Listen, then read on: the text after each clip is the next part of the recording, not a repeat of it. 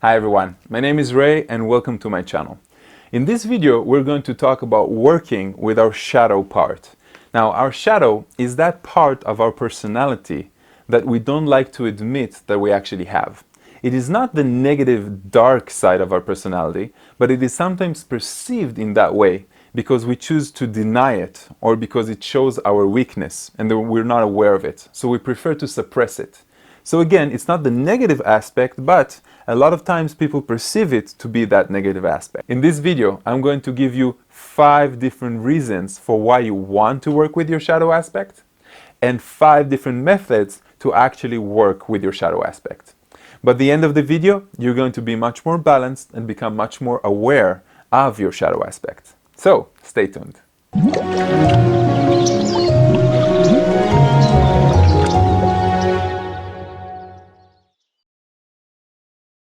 Now, I'll give you a very simple example that we all, we all endure during our life. When somebody says something bad about us, and then our ego stands up to fight it in some way and say, no, I am, or no, you are, and stuff like that.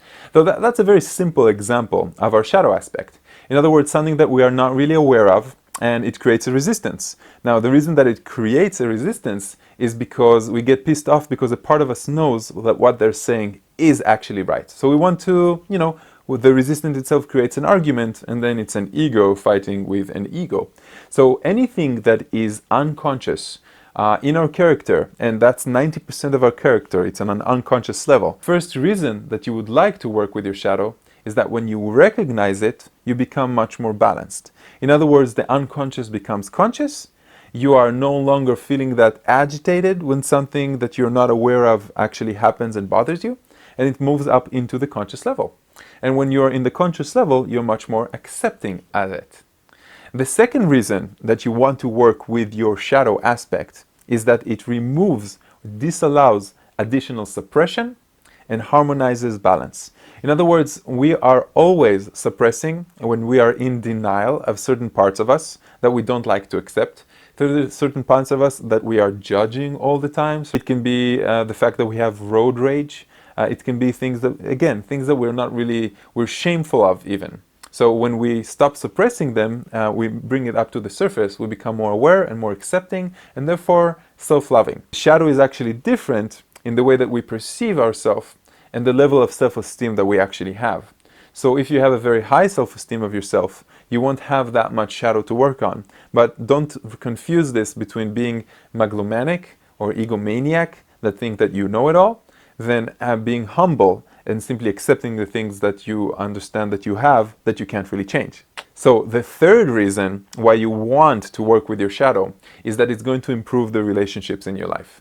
And these relationships are not only your romantic relationship if you have one, but I'm talking about relationship with your mother and your siblings, with your closest friends. It's a part of working on yourself, because what's going to happen now is that you're going to become much more aware of the parts of you that create an argument, the parts of you that you don't really like, the unconscious part of you. And again, it's quite easy to see that when we are working on ourselves, the relationships in our life are going to change, because we will be in a higher acceptance of ourselves and we will learn how to respond instead of react. And that is because reaction happens simultaneously, like in the same time, and that is our ego struggling.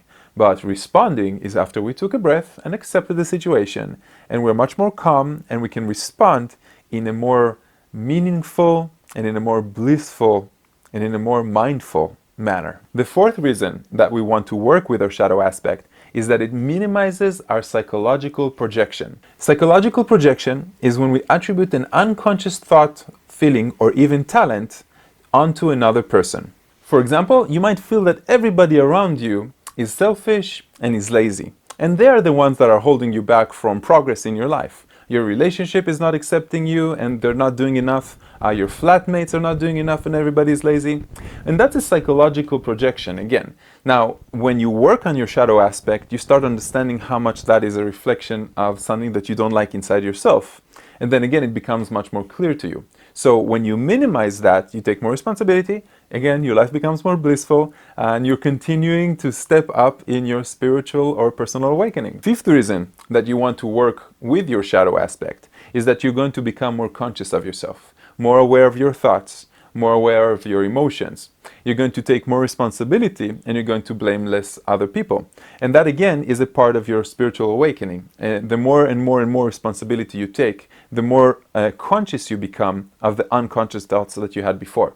Now, consciousness is like layers. In other words, we become more and more aware of different things. We make it an automatic reaction and understanding, and then we become more of what we truly are without actually needing to put any force or any additional effort into the whole process. Now, let's move into the different tools and instruments we have to working with our shadow aspect. Let me give you a few simple examples of becoming more conscious and working on our shadow. If we accept our anger and sometimes even our rage, then we now know how to set new boundaries that will help us deal with those things. If we don't accept them, then we are in denial. If we accept our sadness, then we have more tools to eventually becoming more happy because we have the contrast itself and we understand that it is a part of us. And when we are facing it and becoming aware of it and admitting it, well, it's like admitting a negative emotion.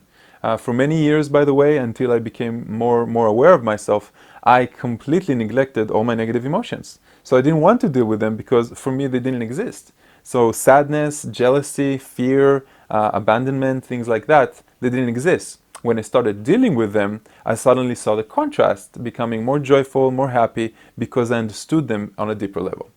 So one of the things, and we're going to talk about 5 different methods of dealing with the shadow aspect. The first thing is treatment.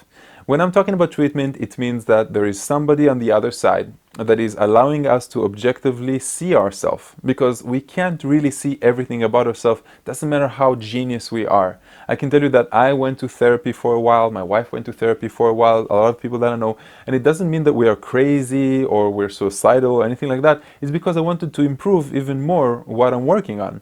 And that gives you an objective perspective. Now, sometimes when you get out of a therapy session, you feel very uncomfortable. And the fact is that they uncover things that you didn't really understand. And when the guy or the woman, the therapist himself, the psychologist that you're working with, shows them to you, for example, why you stopped being a loving person, or why you have suppressed certain things at your childhood and at one point, and why it changed you, and why you are the way you are, all those things. Sometimes we are very uncomfortable in revealing those things, but after a few days, you have moved it from the unconscious to the conscious. The second method to work with your shadow is any exercise that works on self-awareness. And I can tell you a very simple exercise that I've given in the past that you might not enjoy in the beginning, and that means everything that I'm afraid of, try to really find those things, to say them out loud as if they already happened. So for example, if I am afraid of being a bad father, which I am, any father is, then I will say, I am a bad father. I am a bad father. I have been a bad father. And then try to find all the reasons why you've been a bad father, why you've been a bad partner, why you've been neglecting your physical body, or anything like that. And then what's going to happen is that you are moving again the things that you're afraid of, and fear itself is usually sitting on an unconscious level, into the conscious level. And when you're dealing with that, suddenly all the reasons are going to appear. Okay, why have I been neglecting my body? Because I've been promising to exercise, but I haven't. Because I've promised myself to go on a specific diet, and I haven't. Because I promised myself to fast or to join a retreat, and I haven't. And then you're moving them from the unconscious to the conscious, which is very, very interesting and very much fun. Now, when you do this exercise enough, what you're going to see is that the fear itself dissipates once you say it enough. Because what are you afraid of? You're afraid of the reaction and the way you're going to feel when that fear comes to life. So if you're saying it enough times and you're admitting to it, actually that underlying unconscious fear is that thing that's going to go away, and you will learn how to be okay with the things that you're afraid of. Quite interesting, quite amazing. Third thing you need to understand about working with your shadow is that the shadow is not the last thing you want to clean up. The shadow is where you want to start. So if you are already, meditating, doing yoga, taking all these, alternative healing methods, amazing classes, listening to the right people on YouTube, and adding to the amount of information that you have in your spiritual seeking, that is only adding into a bad infrastructure. Because if you are on the unconscious level fragile, And your whole, imagine like a huge building that has been built on structures that are simply unbalanced or simply fragile in some way. They break, everything else breaks. It doesn't really matter. But if you are creating a strong infrastructure, which is your shadow, by the way, what we call the unconscious. I don't want you guys to think too much of a shadow like a dark. I do want you to think that when there is light lit in at your face and there's a shadow behind you, what you see is the light. And the shadow is behind you because you can't really see it. It's following you around like a shadow, but it's not your dark aspect. It's just that it's the thing that is, you're seeing the thing that is in front and not the thing that is behind. That is why it's called the subconscious as well. I just thought about that. That's kind of cool. So when you are working with your shadow, that's the first thing you need to start. My unaware thoughts, or the thoughts that I'm not aware of, the emotions that I'm not admitting to have, the childhood traumas that I've not yet faced, the relationships that I've not yet solved or asked forgiveness for, and stuff like that. Another way of working with your shadow is to make a journal. Now, when you make a journal, usually you express the emotions and the things in life that you went through and stuff like that. A lot of it is surfacing up because when you're writing, things become much more clear to you. That's why, by the way, there's an exercise in channeling that is called immediate writing, or there's another name for it as well. Anyway, think about journaling and think about journaling your dreams. Because your dreams are interpretations of the things that your mind is moving through the consciousness is moving through the astral plane itself, bringing back symbols that you can recognize from your own life. So when you're journaling, you're actually becoming more and more aware of your thoughts, of your emotions, and your beliefs. And that actually, again, elevates the shadow part into the conscious and the latent part. So the last tool I can give you in working with your shadow aspect is to follow your judgments. And what do I mean by that? Follow who and what you are judging and why. So if again you're judging someone for being lazy, if you're judging for someone for being selfish, if you're judging for someone for not doing the things that you think they should be doing, all of these are going to shoot back like a boomerang back to you. And then you should just ask yourself, okay, don't judge yourself for judging. That is a common pitfall. Ask yourself, why did I judge? How come I see that in them? And you will see that you see that in them because it's in you. Quite easy. And that is a part of your shadow aspect. So you have a direct link, a mirror to your shadow part, to your unconscious part when you're judging other people.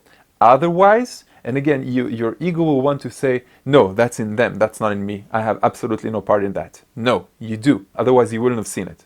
You wouldn't have seen it in society. You wouldn't have seen it in your partner. You wouldn't have seen it in yourself, okay?